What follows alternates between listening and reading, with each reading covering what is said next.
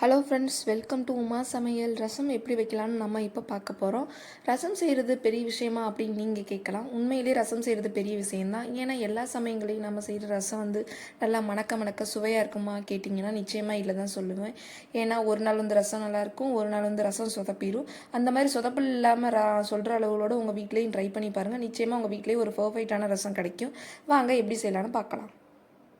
ஒரு மிக்சர் ஜாரில் ஒரு டீஸ்பூன் தனியா, அதாவது கொத்தமல்லி விதை, ஒரு டீஸ்பூன் மிளகு, 1.5 டீஸ்பூன் சீரகம், கூடவே 8லிருந்து 9 வெந்தயம் சேர்த்துக்கிறணும். இது ரசத்துக்கு நல்ல நறுமணம் கொடுக்கும்.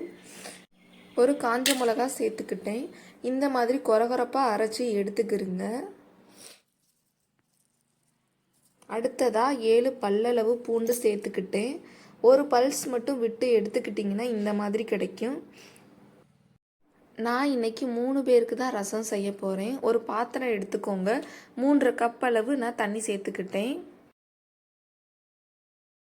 சின்ன நெல்லிக்காய் சைஸ் அளவுக்கு ரொம்ப குட்டியாக புளி எடுத்து நல்லா கரைச்சிட்டு அதில் இருக்கக்கூடிய கசடை எடுத்துடணுங்க.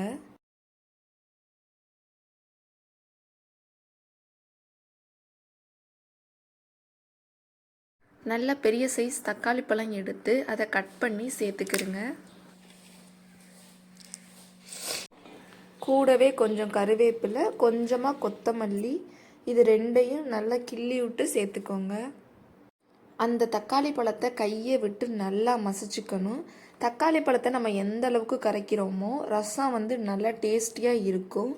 முக்கியமாக கொத்தமல்லியோடு சேர்ந்து கரைக்கும் போது நல்ல வாசனையாக கிடைக்கும்.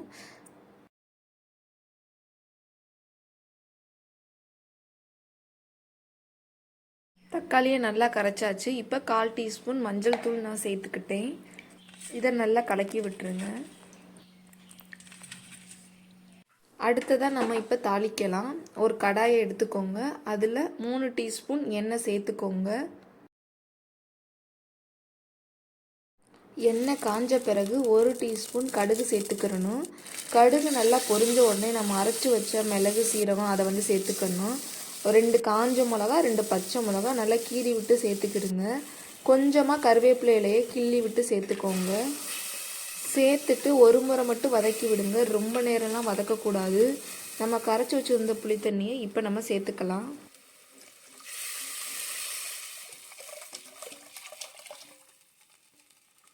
கூடவே கொஞ்சமாக பெருங்காயப்பொடி இந்த இடத்துல சேர்த்துக்கோங்க. அதை நான் கேப்சர் பண்ணாமல் விட்டுட்டு நீங்கள் எதை சேர்த்துக்கோங்க. அங்கங்கே கொதி வர ஆரம்பிக்குது. இப்போ நான் உப்பு சேர்த்துக்கிட்டு இப்போ இறக்கிடுறேன். நான் சொல்கிற அளவுகளோட அப்படியே ட்ரை பண்ணி பாருங்கள். ரொம்ப ரொம்ப பர்ஃபெக்டாக வரும். மணக்க மணக்க சுவையான ரசம் ரெடி. உங்கள் வீட்டில் ட்ரை பண்ணி பார்த்துட்டு ரசம் எப்படி வந்துச்சுன்னு கமெண்டில் சொல்லுங்கள் கைஸ். பாய்.